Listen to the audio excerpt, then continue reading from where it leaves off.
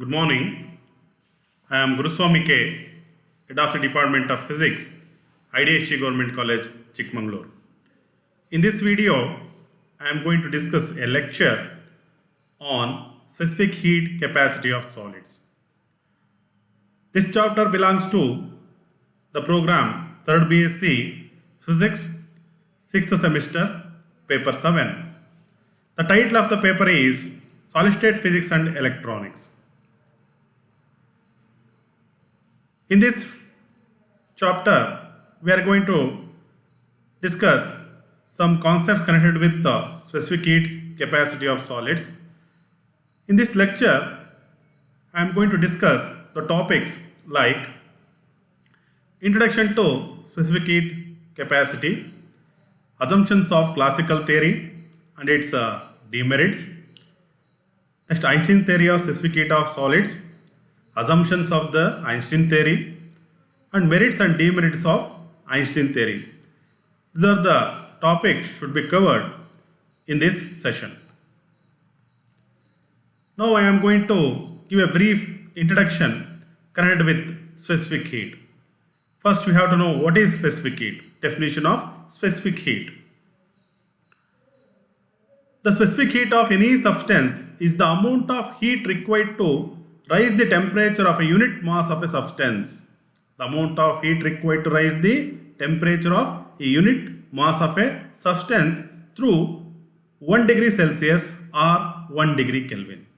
Then whatever the amount of heat required, that amount of heat required is what we call specific heat capacity.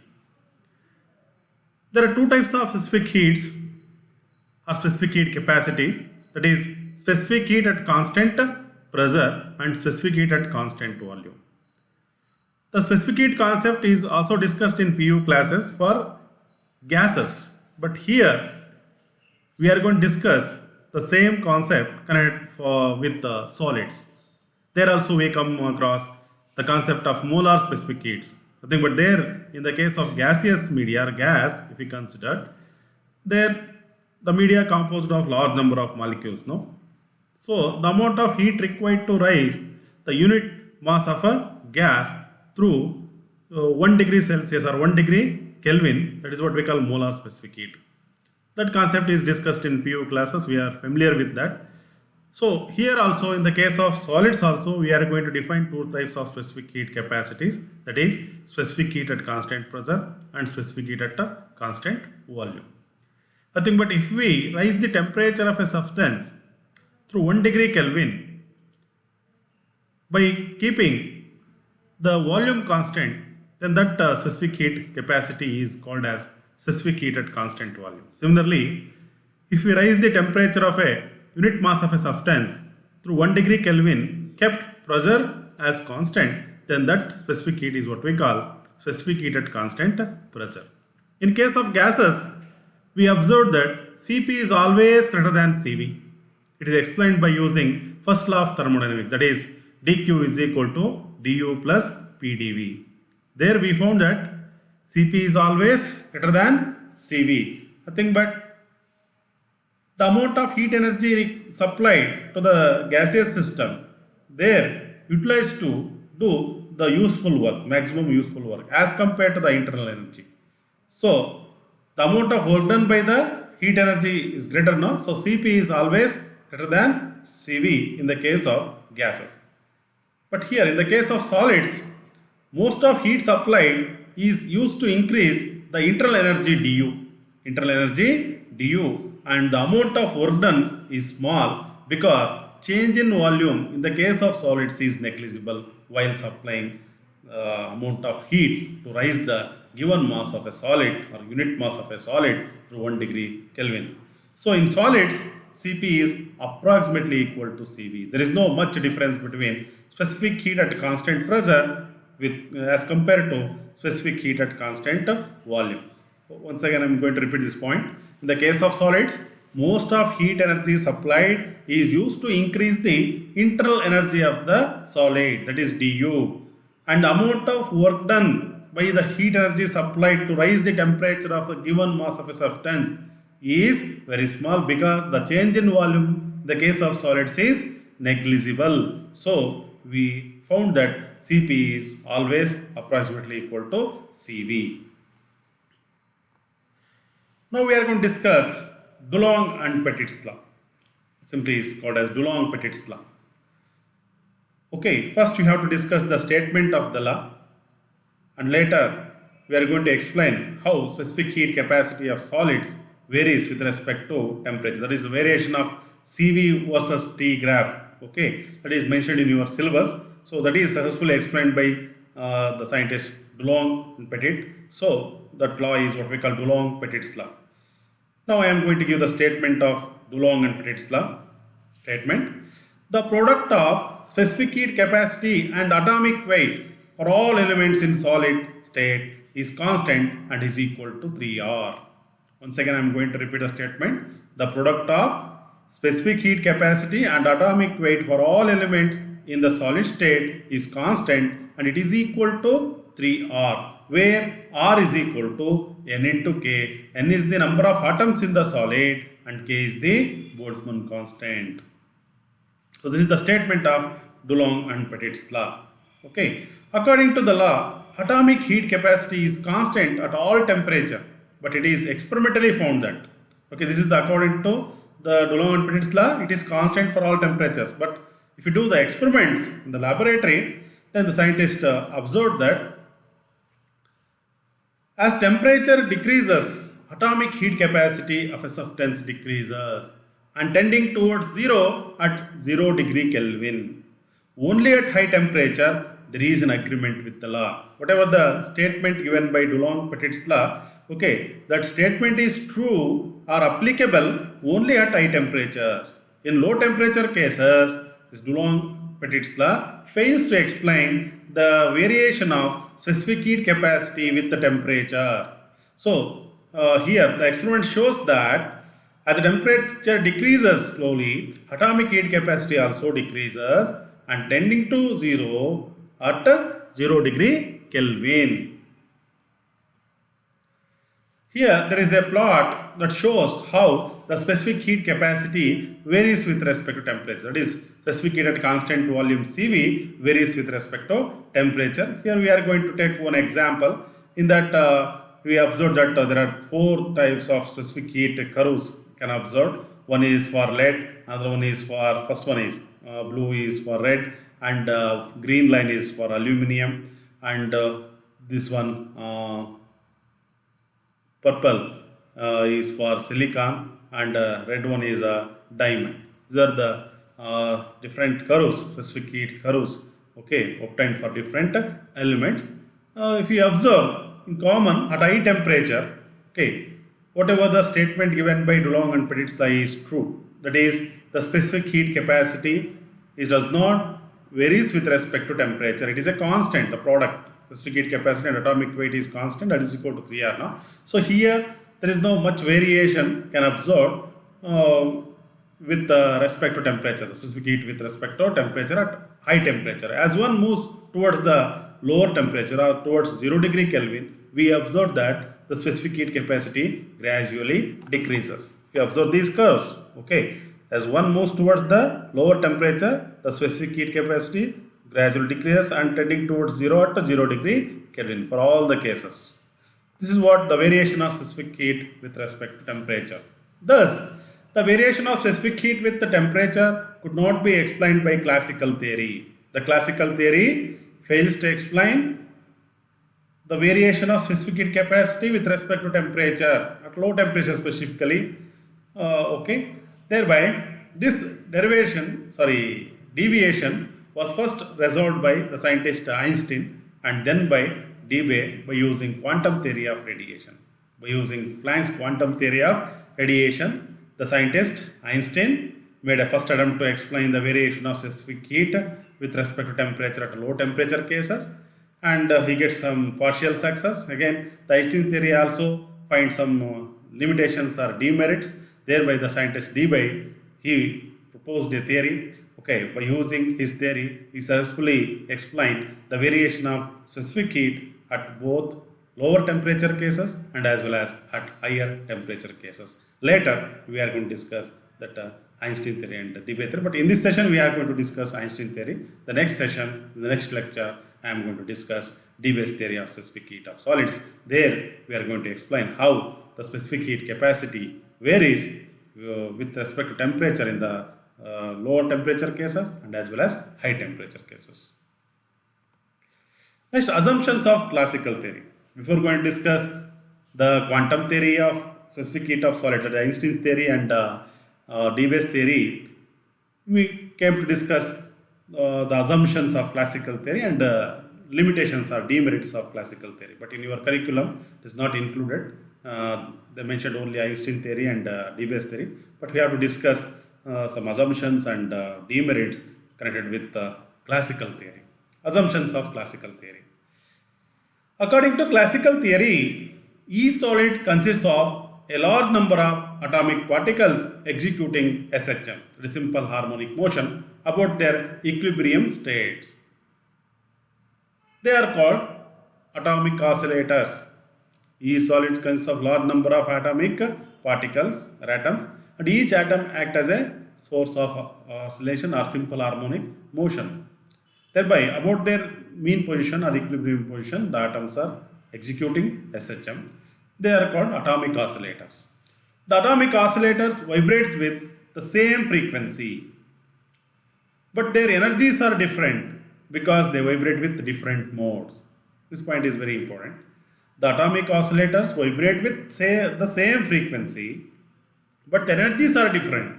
Frequency same, energies are different. Because why it is so? Because they vibrate with different modes. Okay, thereby the frequency varies from one mode to another mode. Okay, the energy of vibration is varies from one mode to another. But here we observe that the frequency remains constant. The internal energy is largely contributed due to vibrational energy of all atomic oscillators. The internal energy is largely contributed to vibrational energy of all atomic oscillators. Whatever the internal energy supplied, that is used to set vibrations in the atomic oscillators. Next, there is no restriction on the energy values of the atomic oscillator, and it can take up continuum of energy value right from 0 to infinity. There is no restriction over the energy values, energy distribution, that may distribute from 0 to infinity. Thereby a continuum, a band of energy values can observe that varies from 0 to infinity. The total energy of the crystal at a given temperature is n times the average energy E of the oscillator. The total energy of the crystal, the given crystal, at a given temperature is n times the average energy of the oscillator. Let it E be the energy associated with each oscillator. If the crystal consisting of n number of capital N number of oscillators, then total energy should be the product of n into E. Thereby n times the average energy E of the oscillator. These are the assumptions of classical theory. By using those assumptions, the classical theory tries to explain the variation of specific heat capacity with respect to temperature, but it successfully explains the variation of specific heat capacity or specific heat CV with respect to temperature at a high temperature, but it fails at a low temperature. Now we are going to discuss drawbacks of classical theory or demerits of classical theory. First one is, according to classical theory, specific heat of all substances is constant at all temperatures, but it varies with the temperature. According to classical theory, specific heat of all substances is constant at all temperatures, but it varies with the temperature. It is not applicable to light elements like carbon at low temperature. A specific heat varies with temperature and becomes zero at absolute zero. It is another limitation or drawback. It is not explained by classical theory. The third drawback or demerit is, a body absorbs heat continuously in indefinitely small amounts is wrong assumption of classical theory.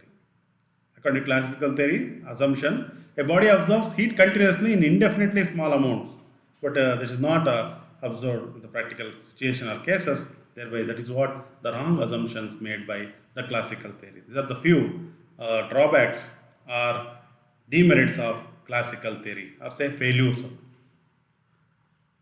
Next, Einstein theory of specific heat capacity of solids. In 1907, the scientist Einstein made an attempt to explain the specific heat capacity of solids based on quantum theory. He tried to explain variation of specific heat with respect to temperature.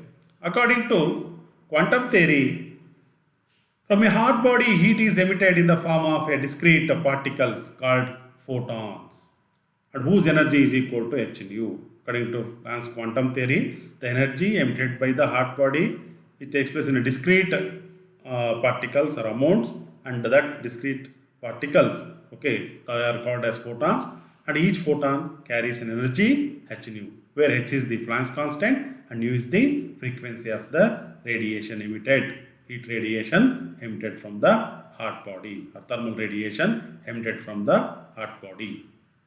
Now, assumptions of Einstein theory. The first assumption is every solid is composed of atoms. The atoms are at rest at 0 degree Kelvin, and hence thermal energy is 0 at 0 degree Kelvin.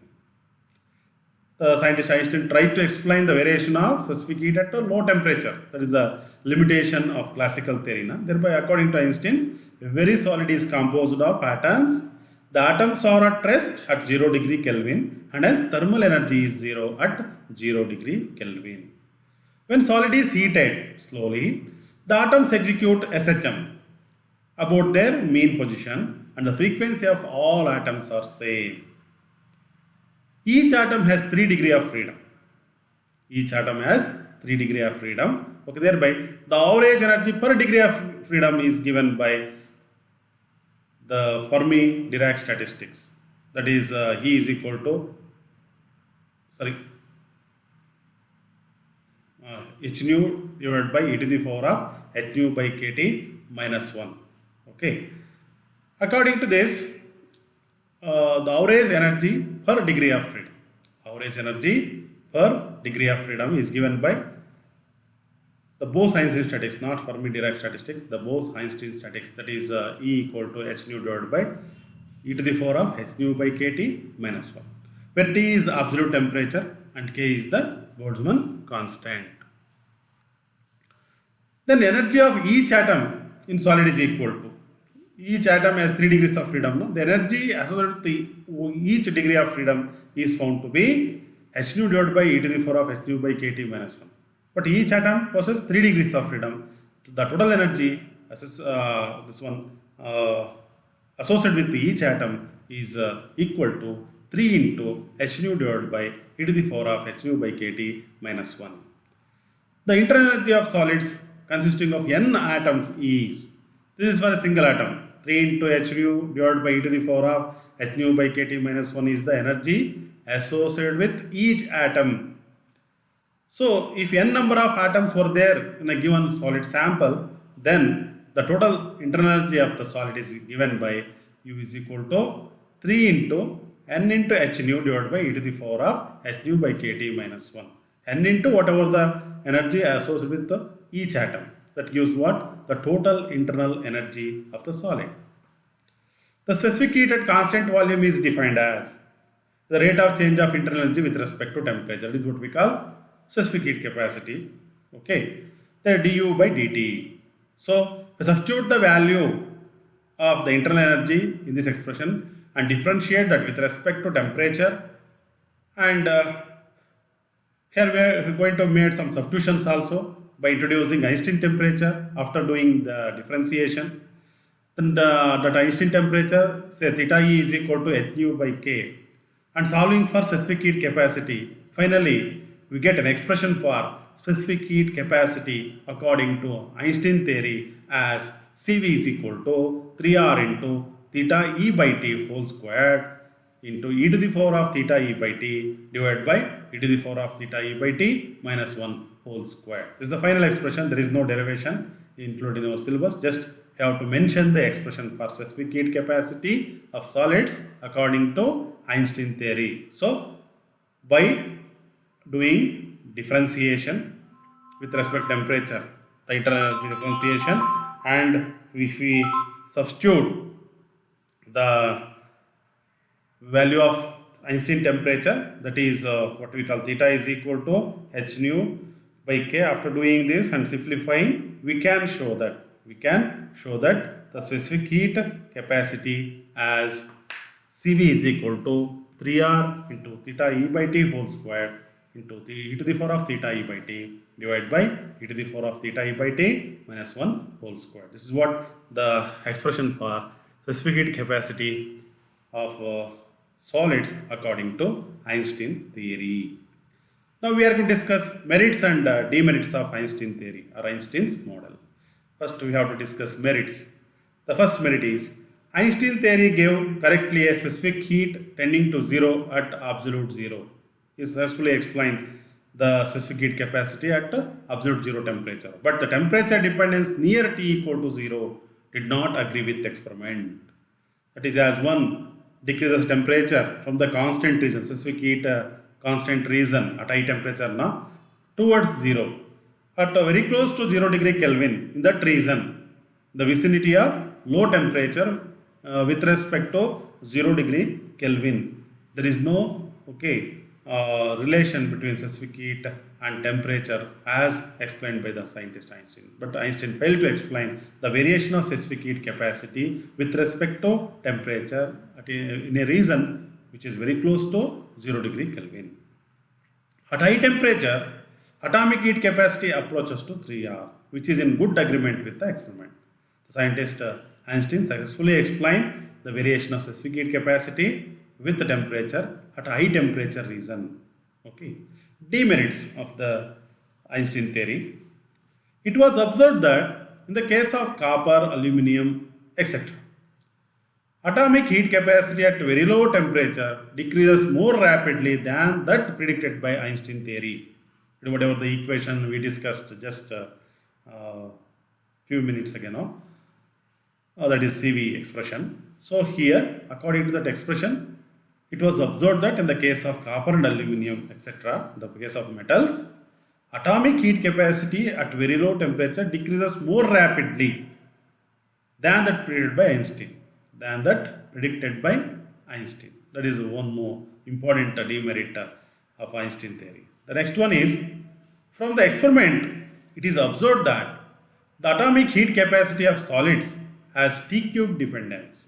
Atomic heat capacity or specific heat capacity of solids have T cube dependence on absolute temperature T. But according to Einstein theory, there is an exponential dependence on T. But actually we found that Cv is directly proportional to T cube. That is what the experimental observation made by the scientist in the laboratory. But according to the theory given by the scientist Einstein, that is the exponential dependence on T. So this is another demerit or limitation of Einstein's theory. Thank you.